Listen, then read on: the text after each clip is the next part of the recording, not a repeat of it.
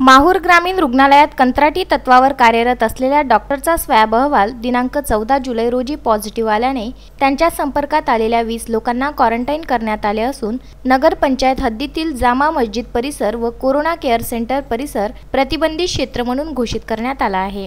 दिनांक 15 जुलै रोजी सकाळी 11 वाजता नगरपंचायतच्या सभागृहात तहसीलदार सिद्धेश्वर वरणगावकर यांच्या अध्यक्षतेखाली व मुख्याधिकारी विद्या कदम, सहाय्यक पोलीस निरीक्षक अण्णासाहेब पवार, ग्रामीण रुग्णालयाचे वैद्यकीय अधीक्षक डॉक्टर व्यंकटेश भोसले, पंचायत समितीचे कार्यालयीन अधीक्षक वैजनाथ स्वामी, पोलीस उपनिरीक्षक शरद घोडके व डॉक्टर अभिजित यांच्या प्रमुख उपस्थितीत संपन्न झालेल्या बैठकीत जामा मस्जिद परिसर व कोविड केअर सेंटर परिसर सील करण्याचा निर्णय घेण्यात आला। प्रतिबंधित क्षेत्रात लागणाऱ्या जीवनावश्यक वस्तूचा सशुल्क पुरवठा नगर प्रशासन करणार असून नागरिकांनी प्रशासनाने घालून दिलेल्या नियमांचे तंतोतंत पालन करावे असे आवाहन मुख्याधिकारी विद्या कदम यांनी केले आहे। कोरोना केअर सेंटरमध्ये टाकळी येथील एक युवक 9 जुलैपासून 2 दिवस भरती होता। त्याचा अहवाल निगेटिव्ह आल्यानंतर त्याला सुट्टी देण्यात आली। कोरोनाची लागण झालेले डॉक्टर केअर सेंटरला रात्रपाळीवर होते। अहवाल पॉझिटिव्ह आल्यानंतर ते केअर सेंटरमध्ये खरेच भरती होते का हा चौकशीचा भाग आहे, कारण रात्रपाळी केल्यानंतर त्यांनी दिवसा आपल्या खासगी रुग्णालयात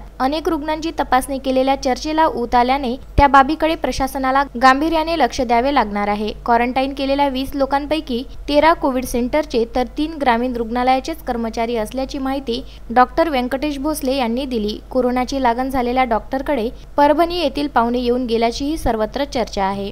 संजय घोगरे, राजू दराडे व अनवर खिच्ची, विदर्भ न्यूज, माहूर।